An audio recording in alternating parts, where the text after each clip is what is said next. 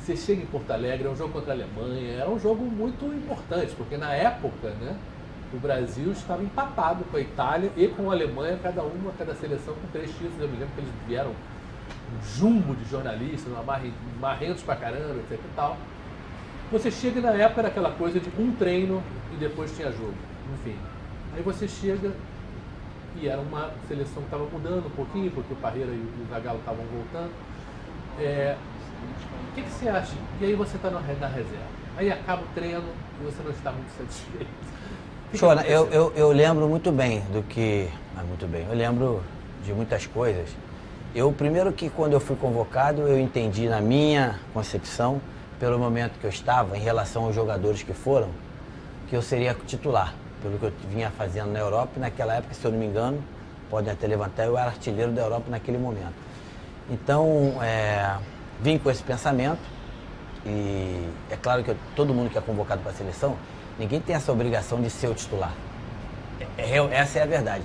Mas naquela condição, naquele momento, eu realmente entendi e esperava ser. Quando eu não recebo a camisa de titular pelo treinador na atualidade, naquela época, eu realmente fico bastante aborrecido, para não falar puto.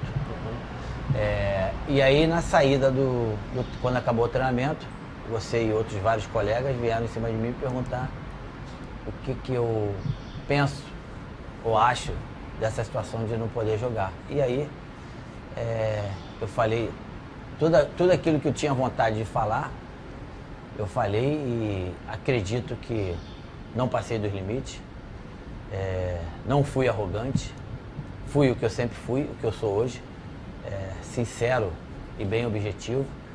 E ao sair dali do estádio, depois dessa entrevista, como se tivesse sido uma coletiva, né? Eu fui falar com os treinadores, tanto com o Zagallo quanto com o Parreira e o Américo Faria também, que eles vieram me perguntar o que aconteceu. Eu falei que realmente fiquei bastante aborrecido, que eu esperava ser titular, mas não tinha nenhum contrato dessa forma, que eu seria o titular. Não concordo, mas não poderia ser diferente. Respeito e vou ficar no banco. Se precisar de mim, eu tô aí. Foi assim que eu falei com eles. Sim. E aí eles falaram, você tem que entender que agora a direção é outra, a nossa forma de trabalhar é dessa forma, a gente vai colocar no time aquele que a gente entende que seja o melhor na seleção para aquele momento. E por esses motivos, você não vai jogar. Eu falei, tá resolvido, tudo certo. Mas não ficou tudo certo. Não, né? Pra mim não, pra eles sim. Eles continuaram e eu saí. Você acha que foi mais o Zagallo que sempre teve assim, uma coisa muito... Deixa eu te perguntar, o Zagallo sempre teve essa impressão de que a seleção era uma honra, que não sei o quê, você tinha que ficar agradecido de jogar na seleção, e ele talvez fosse mais avesso, né, a compreender a tua posição, talvez, do que o Parreira. Não sei, não estava lá e não vi. Agora, por que você acha que o que pra você passou como sinceridade, né, autoconfiança, para eles e para muita gente também fora, foi percebido como arrogância? Na verdade, assim, muitas das minhas ações, na época que eu jogava, até hoje na minha vida no geral, as pessoas têm essa coisa de arrogância. Eu até admito que em determinados momentos eu fui arrogante. E hoje na minha vida atual, em determinados momentos eu até posso ser arrogante em determinadas situações, falas ou atitude. Mas eu sempre fui uma pessoa de muita personalidade e aprendi muito do meu pai que pior do que não falar o que você quer é você levar para casa e não conseguir dormir. Então eu sempre falei. Só que as pessoas, cada um tem a sua forma e maneira de falar e de passar aquilo que sente. A minha é essa. Infelizmente, ou felizmente, não sei, uns concordam e outros não.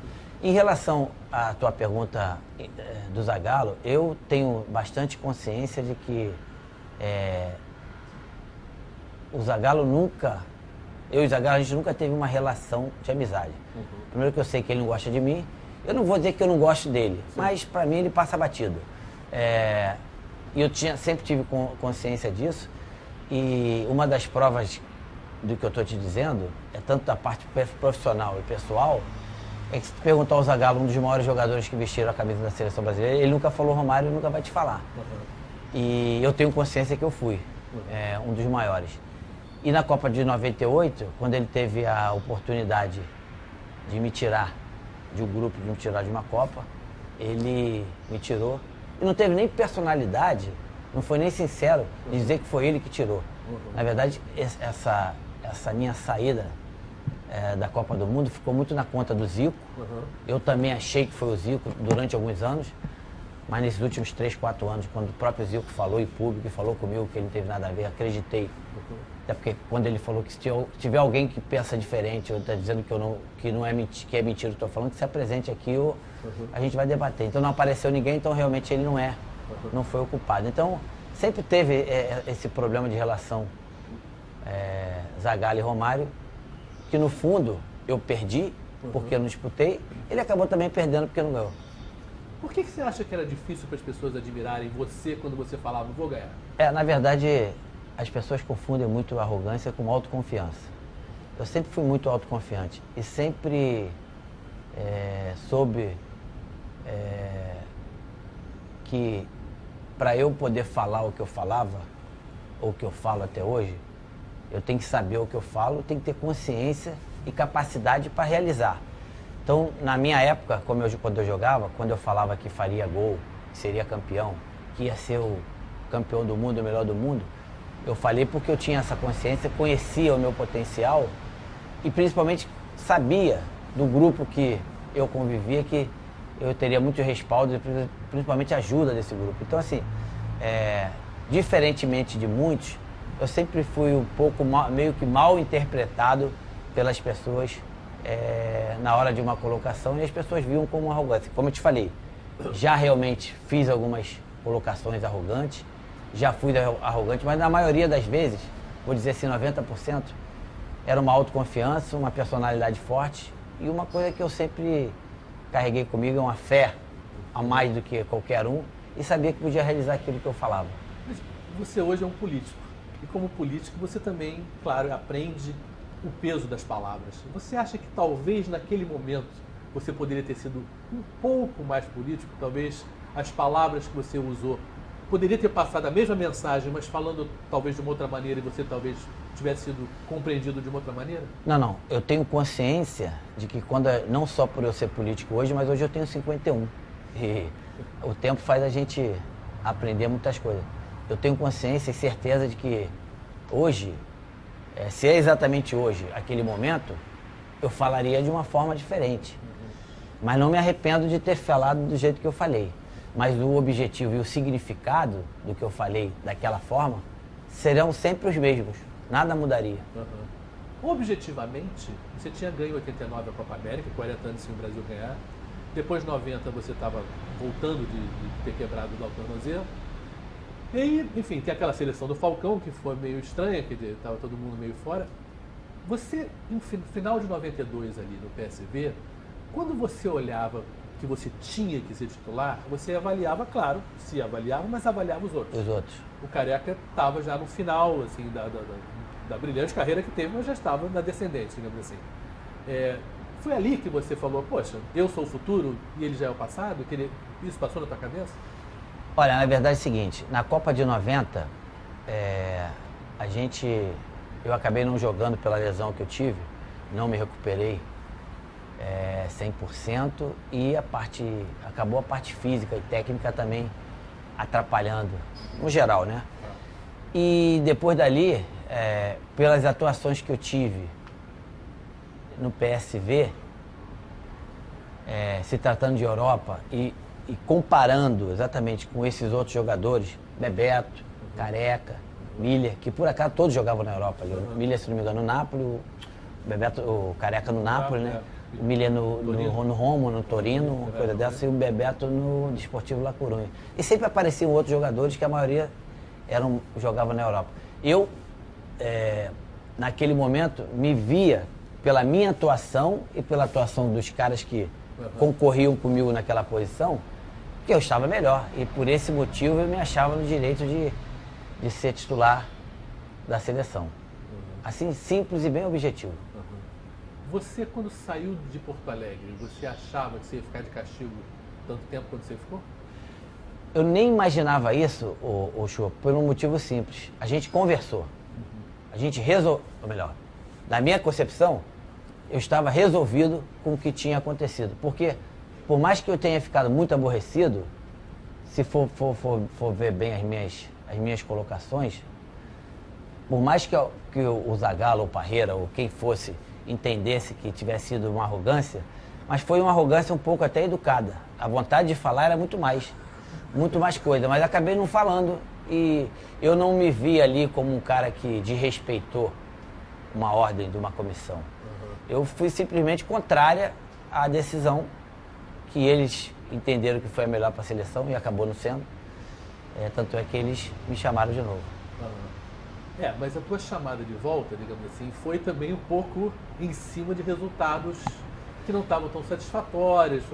Foi em cima de um jogo contra a Venezuela que foi 4-0, mas foi 2 gols do Ricardo Gomes de cabeça. Quer dizer, o ataque brasileiro contra a Venezuela estava mal. Quer dizer, havia também muita... Bom, e você fez os golaços lá na no verdade, Barcelona, assim, a minha volta para aquele jogo, tiveram vários ingredientes, né? Primeiro que a seleção, por mais que tenha ganho da Venezuela, não vinha numa situação positiva. E os atacantes da seleção não vinham fazendo os gols e tendo as atuações que a comissão técnica e o Brasil inteiro esperavam. E aí vem a minha situação no Barcelona. Uma pré-temporada de todas as competições, assim, aqueles torneiozinhos, torneios conhecidos que a gente, naquela época a gente vinha ganho todos, eu vinha sendo artilheiro todos. E na minha estreia contra o Atlético de Bilbao, se não me engano, eu tinha feito aqueles 3 gols, né? Onde que a gente ganhou. Então, tudo isso juntou e essa pressão da imprensa e do clamor público da minha volta, tudo isso foi importante para eu voltar. Eu tenho certeza que se faltasse alguma coisa nessa engrenagem, eu talvez não teria voltado. Quando você vem, né, e já chega falando, vou ser titular, vou ganhar o Uruguai, vamos classificar, vamos ganhar a Copa do Mundo, lá dentro, com o Parreira, com o Zagallo e obviamente com vários jogadores que estavam lá naquele jogo de Porto Alegre, se tocou nesse assunto, não se tocou, passou? Cara, com os jogadores sim. Assim, em relação à comissão técnica, eu sempre tive uma boa relação com o Parreira, inclusive até hoje. Diferente dos outros. E, se eu não me engano, foram 6, 7 dias que eu fiquei apenas para esse jogo. Eu joguei no domingo, saí de lá, se eu não me engano, no domingo à noite ou na segunda-feira à noite. Cheguei aqui e fiquei até no domingo do jogo. Então, assim, com a rapaziada, era brincadeira, sacanagem, pilha, o tempo todo. Inclusive o Ricardo Rocha conta aí, o Branco, né? Que eu fiz no jogo praticamente tudo aquilo que eu falava e falei para eles durante a semana e queria fazer. Foi uma semana, assim, para mim, bem tranquila, diferentemente do que as pessoas pensam. Pô, o cara vem com essa responsabilidade de último jogo, onde que o histórico do Brasil é se classificar para a Copa do Mundo. Se a gente perdesse e se tivesse um outro resultado, se não me engano, da Argentina, a gente teria que disputar uma repescagem. O Brasil nunca tinha passado por isso até então, né? E até eu poderia estar um pouco mais nervoso. Aquela coisinha da barriga, dá em todo mundo, só que dá na hora do jogo, dá e passa. Mas a minha relação, o meu comportamento naquela semana que antecedeu o jogo foi bem tranquila. Eu fui bastante falastrão, realmente. Falei muitas coisas, mas como eu te falei, eu falei porque eu tinha consciência daquele meu momento e sabia que eu podia fazer o jogo que eu fiz. E eu vou te falar, foi o maior jogo que eu fiz na minha carreira. Aquele jogo e um jogo Barcelona e Atlético de Madrid também, que a gente ganhou de 4-3 no Camp Nou, foram os 2 maiores jogos que eu fiz na minha carreira. É claro que aquele conta muito mais pela importância e pela camisa que eu estava vestindo, que era do nosso Brasil. Maravilha. Tem um negócio de fazer uma parada do... Você relatou pra cá? Agora vamos fazer essa parte aí. Tá. Tem uma outra coisinha. Você vai ser relator agora de uma coisa que vai julgar o funk, não sei o quê? Como é que é essa história? Na verdade, foi parar no Senado um grupo, uma pessoa conseguiu recolher mais de 20 mil assinaturas e isso pode vir a virar uma lei. Isso caiu lá no Senado e tem que ter um relator para escolher, para fazer o relatório desse manifesto, vamos dizer assim, que é a criminalização do funk. E eu, como um ex-favelado e funkeiro nato, não poderia correr dessa responsabilidade. Eu me coloquei à disposição de ser o relator contrário a esse movimento de criminalização do funk, até porque o funk está longe de ser crime de alguma coisa. Pelo contrário, o funk, a gente vê, assim como o esporte, é uma ressocialização, uma socialização para muitas crianças e jovens, não só da periferia, das favelas, mas mais disso aí. Uhum. E é um movimento, quando se é feito de acordo com a lei, é um movimento bonito, que ajuda as pessoas, que deixam as pessoas felizes, e que nós já temos lei para criminalizar alguns atos diferentes disso. Letras e movimentos que fazem apologia ao crime, nós já temos no nosso novo CPC leis para isso. Então, serei relator desse projeto e tenho certeza que com o maior carinho e honra, né, de dizer no final lá que o funk, longe de ser crime, é um movimento que nós brasileiros, especialmente cariocas, somos favoráveis. Tá, então vamos falar de outro crime. E esse livro aí? Esse livro foi um livro dentro do ano e meio que a gente teve na CPI. O pessoal que lá trabalhou, Polícia Federal, Rodoviária Federal, Civil, TCU, Ministério Público, enfim, muitos outros órgãos que participaram disso. Nós conseguimos fazer um levantamento de tudo que foi feito, através de uma pesquisa, uma busca muito profissional, séria e capacitada e competente. Uhum. E a gente descobriu que realmente o futebol é podre. E dentro dessa podridão, existem algumas pessoas que não podem continuar no meio do futebol. Conseguimos indiciar 9 pessoas, inclusive um próprio deputado federal, desses 9, tanto é que teve que ir para o STF, essa parte dessa investigação. E com tudo isso a gente juntou todos os documentos, todos os movimentos, todas as ações que foram feitas desse quase um ano e meio, e a gente colocou num livro que eu tenho certeza que vai ser um livro de grande importância para o mundo do futebol, para que as pessoas conheçam o que realmente ocorre atrás e em torno do futebol, e principalmente para as pessoas entenderem que essas pessoas que hoje comandam o futebol, principalmente da CBF, como o presidente Marco Polo Tornello, não podem continuar e não devem participar de mais nada do esporte, que é o esporte mais praticado do nosso planeta. Então, assim, dia 2 de setembro, na Bienal do Livro, será o lançamento desse livro, que é um olho na bola, o outro no cartola.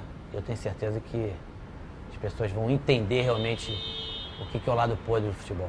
A gente está num momento em que a sociedade pede realmente uma limpeza, de uma maneira geral, de muitas coisas da vida pública. E, obviamente, o futebol não poderia ser mais público do que é, embora, tecnicamente, a CBF seja uma entidade privada. O que você acha que a repercussão do livro pode dar? Quer dizer, porque existe a parte legal, esse indiciamento dessas 9 pessoas, mas, por outro lado, talvez uma percepção melhor do que é o futebol por trás do campo? É uma percepção, não sei se melhor, eu posso te dizer que bem diferente. No caso, eu joguei quase 22 anos de futebol. A gente jogando, a gente não tem como ter um pouco de noção realmente do que ocorre, vamos chamar assim, nos bastidores do futebol. Por mais que existam alguns movimentos positivos de alguns jogadores de futebol, mas sempre esses movimentos vão esbarrar em alguns diretores, em alguns presidentes de clube, de confederações e principalmente da federação, até porque quando você joga e você promove algum tipo de movimento, você logo é colocado de lado e passa a ser visto como um cara negativo para aqueles movimentos que existem. Então, assim, no meu caso, como na época deputado e hoje senador, eu tenho acesso a muitas informações que os brasileiros em geral não têm, e principalmente quando se abre uma CPI, a gente tem a oportunidade de fazer algumas investigações que uma CPI, sem a CPI a gente não poderia. Então, assim, nessa minha caminhada, principalmente o senador Randolfo Rodrigues me ajudou muito e a gente levantou coisas do churrasco que eu particularmente fiquei realmente surpreso. E pensando assim, como é que pode, né? O futebol é tão bonito visto dentro de campo e tão feio, horroroso, nojento fora dele. E as pessoas se enriquecem ilicitamente com o futebol, fazendo única e exclusivamente o mal para o futebol. E aí eu me coloquei assim na obrigação de passar aquilo, já que eu passei tudo que eu vivi dentro, agora eu tenho que passar tudo aquilo que eu estou vivendo fora investigando. Só uma última coisinha. Tem uma repercussão internacional, né? Já que os Estados Unidos tem parte da investigação, a Espanha também. Nós tivemos a possibilidade de enviar o nosso relatório alternativo para praticamente todos os órgãos aqui no Brasil, como, por exemplo, STF, STJ, enviamos para o Paraná, lá para Moro, enviamos para outros juízes e desembargadores do Brasil, enviamos para a Polícia Federal, o Ministério Público, e para fora enviamos para a FIFA, para o FBI, para a Polícia Suíça, para a Polícia da Espanha e para outros órgãos que no momento agora eu não me lembro. E o que tem de positivo? Isso começou a dar resultado. Tanto é que aqui no Brasil, principalmente, que é o que importa, né? A Polícia Federal e o Ministério Público vão realmente fazer um levantamento de tudo que foi colocado nesse... vamos fazer uma investigação em cima dessa investigação que foi feita pelos profissionais da CPI, e eu acredito que o resultado seja positivo. Qual seria o resultado positivo? Prender definitivamente, no mínimo, esses 9 caras que foram, essas 9 pessoas que foram indiciadas, que realmente são câncer do nosso futebol. Esses nomes dessas 9 pessoas já estão públicos? Ricardo Teixeira, José Maria Marinho, Marco Polo de Onero, Kleber Leite, Wagner Abraão, um deputado federal que agora no momento eu não me lembro, que ele é do Espírito Santo, que chegou a ser um determinado momento vice da CBF com a ausência do Marco Polo. E tem outras 2 pessoas agora que trabalhavam na CBF, se eu não me engano, um apelido é Zozó. Enfim, são esses 9 que a gente detectou que são realmente ruins para o futebol.